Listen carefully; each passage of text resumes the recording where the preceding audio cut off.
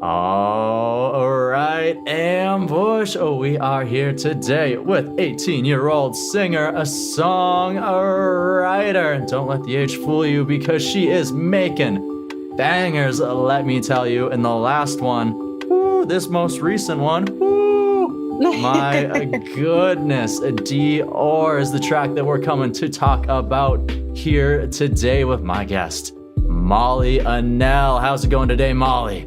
Oh, so good. Like, so much better now. What an introduction. Holy moly. I'm doing great. Yeah. You know, gotta bring it in hype. Gotta get the hype, right? Absolutely. I love it.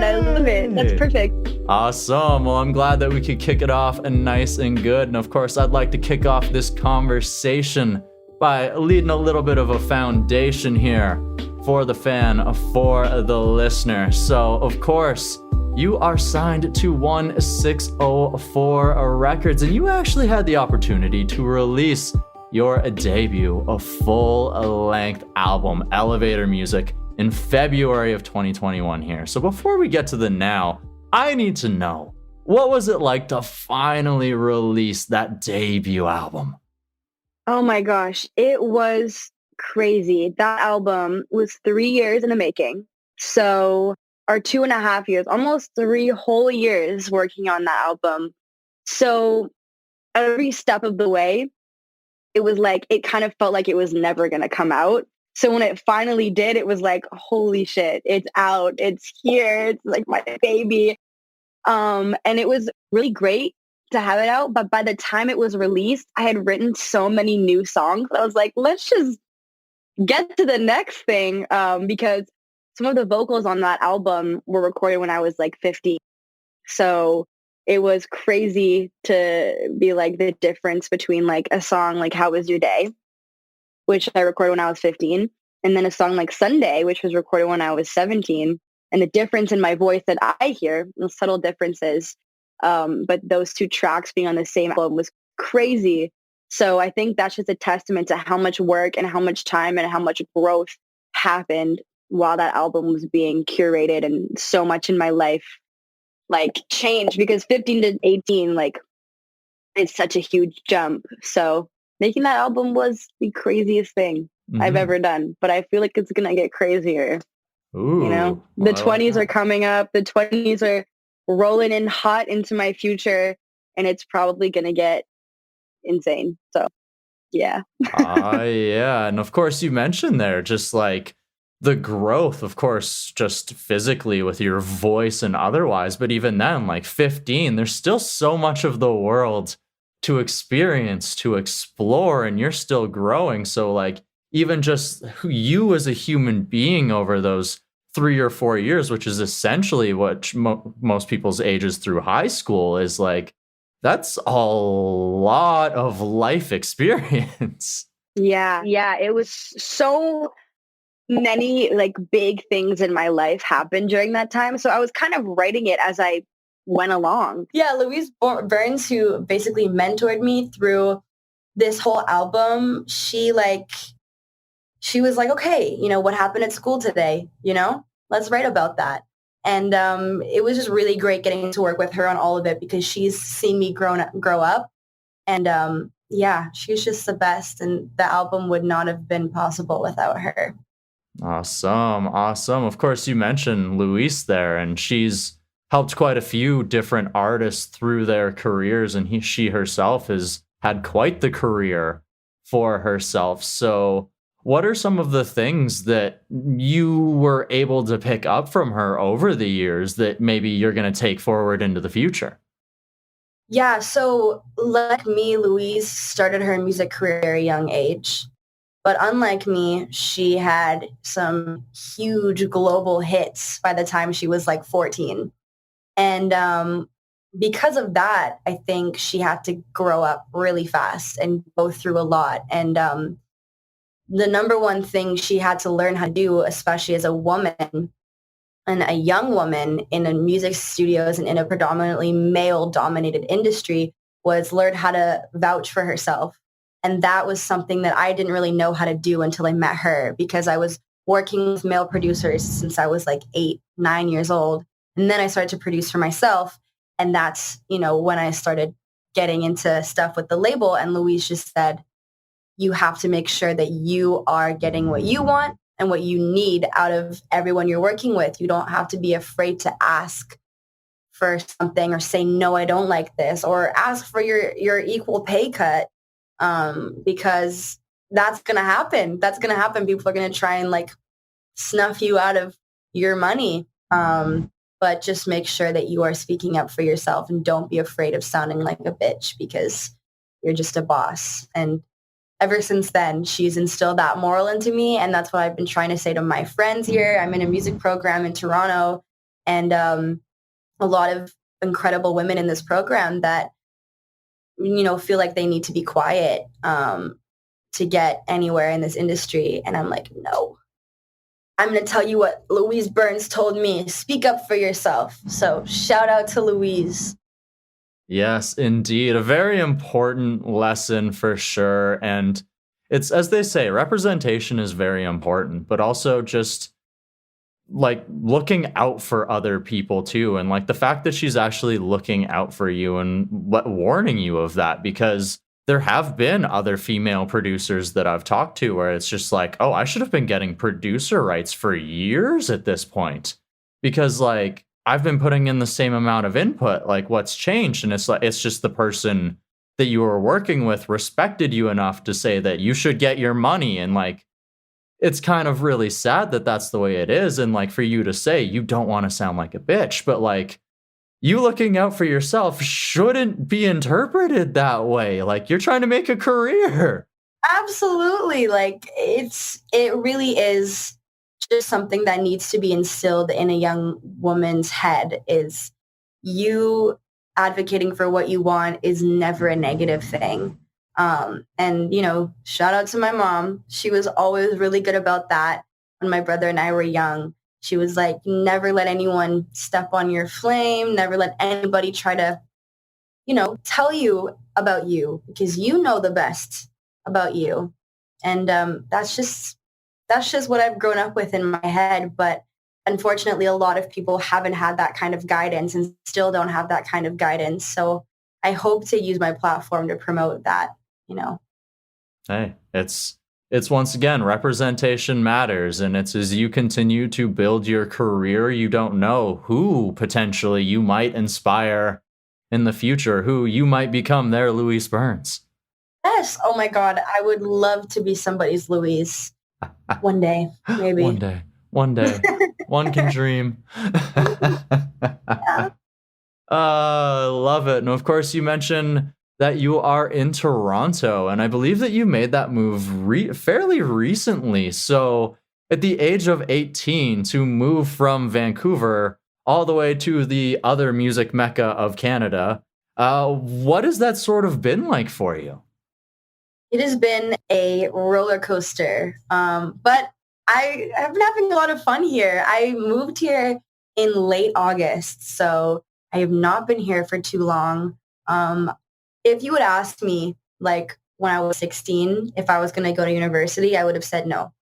I'm just going to stay in Vancouver. You know, I'm at a record label, and it's a Vancouver-based label, so I'm comfy. I have somewhere to go post-secondary.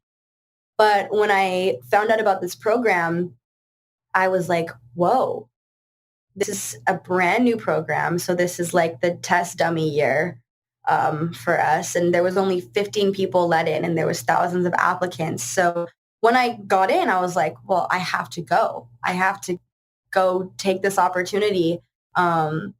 But I was really scared because I'm very much a home bird, and everybody here is like makes fun of me because I talk about Vancouver all the time because I think it's the best city in the world. I'm like such a West Coaster. Like you go to the lake, I'm like, this is nothing. Y'all been to Kids Beach? Y'all been to English Bay? This is nothing. But I Y'all live been it. to Cultus? Y'all been to Cultus Lake? You know, Osoyoos. So yeah, I mean, it's awesome here. I miss home, but I'm more than happy to be living on my own and making so many music connections and meeting so many incredible people in this program. It's just been more than I could have ever asked for, especially because I got a little bit of a taste of what my life would have been like if I didn't move out of Vancouver when COVID hit. because I was going to the studio, but then I would kind of come home and, not have anything to do. Like, I'd be like, still living at home and stuff. And I love living at home, love my family. Like, we're very close, but being out here and experiencing life, in an adulty way is so exciting, and problem solving things is so much more satisfying because you can do it yourself. And I'm doing my own laundry now. So it's awesome. Really great. Hey, look at you go. Look at you go. Big flex on him. I love it. Of course, before I jump into Dior here, I just want to step and take a moment there because there's been twice now that you've mentioned that you're sort of taking in a program right now. So what I would love to know is, as one of those 15 applicants, obviously very lucky, but what are some of the things that you've sort of were hoping to learn from the program once you got accepted? And what are some of the things that maybe you didn't expect to learn that you picked up? Yeah, so there's 50 of us, and we all come from very different musical backgrounds. So the main thing I've been learning is to appreciate other genres of music. I always prided myself on having an open mind with musical genres, but I knew nothing before I came here. Like, I've just met so many different people with different tastes and passions, like heavy metal and like the old folky stuff. And, I personally gravitate mostly towards like 90s hip hop and R&B. And, showing people that stuff. They're like, what? I've never listened to this before. And I'm like, yeah. So I think sharing tastes of music and stuff has been a huge thing I've learned. But one of the main focuses of this program is digital music production. One of our professors, shout out to Noah Schwartz, a very talented man, a Berkeley graduate. He has taught us a lot about music production, and I've been using Logic, like the DAW that I use since I was 9. And I thought I knew most of the things, on Logic. I was like, there's not anything you can teach me. I'm going to be so ahead. And I came here and I was like, I don't know anything. So I have been learning so much from Noah, and his classes are so great and so engaging. He's so supportive of his students. So yeah, shout out to him. He's great. Shout out to all the teachers who are teaching remotely. That really can't be easy. It's so hard not having the enthusiasm of in-person classes. So all of you teachers and profs, we appreciate you so much. Keep it up. Just in general, even when you do have people in class, to keep track of that many individuals all day, like some parents can't even handle a few kids. Y'all got it down. Yeah, you have it down. I'm it down. Respect. Respect to you guys. Yeah. And one thing I got respect for is this silky smooth new single. Woo! Dior, my goodness, this is an incredible track. I love it so much. Please take us behind this song, how it came together, what it means to you, all of that magic. Wow, well, first of all, thank you. I'm so happy you like it. This song was really the product of me and Louise and our good friend Parker Bosley. He is a bass player, songwriter, lyricist, super talented man. So the three of us, we got together one day and we were just really just messing around. We didn't have any intentions of creating a fully formed song. We just wanted to get in a room together, the three of us, because I'd worked with Parker. He's played bass for me on a few live tracks. And of course, Louise is my girl. And the two of them know each other. So it was like, we gotta all get together. So we got in a room. And I was so excited about Parker's ability to shape words and make these beautiful sentences. So we started a Google Doc because something Louise loves to play up with me is I have synesthesia. So I see color with music. And I was really feeling like light pink, feminine, something just really like Y2K, Paris Hilton energy. And Parker just started a Google Doc of pretty words like words that were pretty. And I was like, wow, these are great. So we kind of put them into a little bit of a sentence. And then I think one of us was like, spread that shit like it's on toast. And we were like, let's put that in the song. So it was all just like us joking around. And then we did a scratch vocal and we were like, this is pretty good.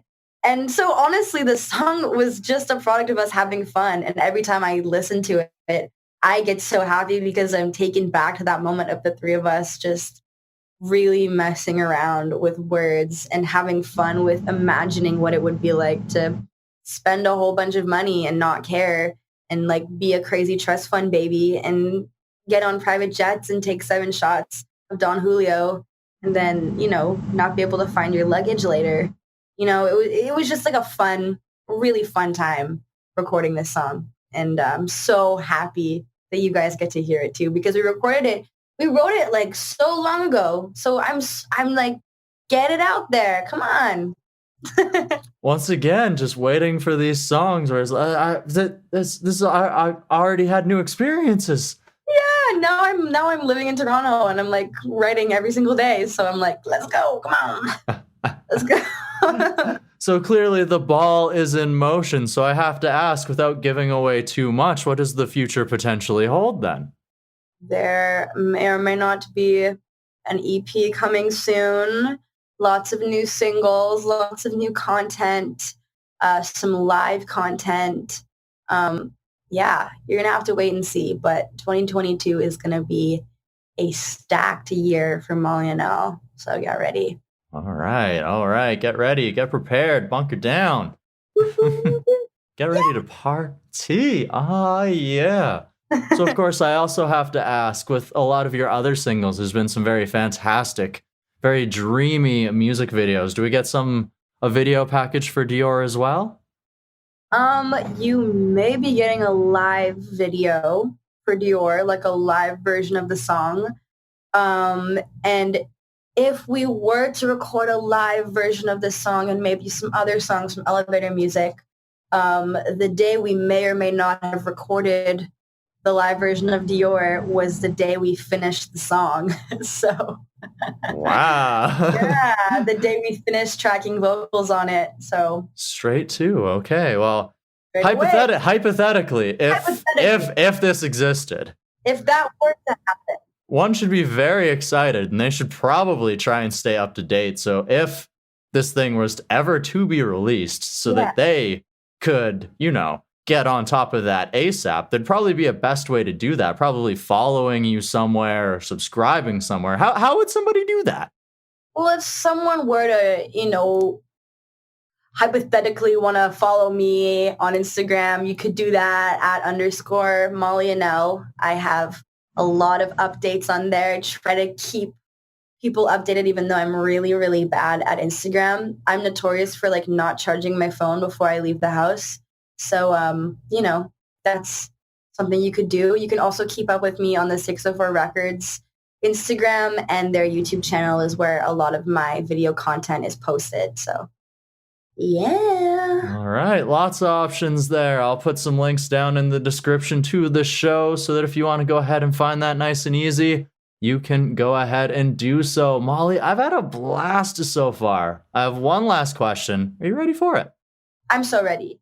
All right. So we have discussed here your growth into this new track after releasing your debut album after years waiting for it to come out, sort of waiting for this new track to come out too, and just sort of the growth that you've gone through. So of course, I love to end on growth. So the thing that I would like to know the most is through this past year, through this past 3 years, how has this time sort of helped you grow, or what has it taught you about yourself? Yeah, so I think one of the main things I've learned, especially since getting signed and working with Louise, was make sure that you are vouching for you. Because if you don't believe in yourself, nobody will. That all starts with you. And something else that I've been really living by, especially after moving out and really having to vouch for yourself because you're in a brand new city all by yourself, is every day when you wake up, you have a choice. you could choose to be unmotivated, poor me. I'm going to wait for stuff to happen to me. I'm going to sit here and be like, maybe if I'm really quiet and mysterious, like people will come talk to me. Or you could just be an obnoxious, I'm going to get everything I need to do done, or most of the things I need to do done. I'm going to be there for myself, be my own best friend. I'm going to be gentle with myself because I know it's not that easy to get up and be like, let's go. Like I've been there. I've had my days where it's just been like not happening, no bones day. But you do have somewhat of a choice to talk to yourself, hype yourself up enough to, get that mindset of I'm going to go be my own cheerleader. And that choice is really up to you. So that was a big bit of growing I did since turning 18, moved across the country away from my family for the first time. I just had to say, Molly, you got to be who you need to be for yourself. So yeah. All right. Well, I'm glad that you could find who that person needed to be and you are continuing to grow into that person. I'm excited to see what the future holds exactly for that person. So Molly, thank you so very much for joining me here today on the DTP. Thank you for having me. I've had such a blast.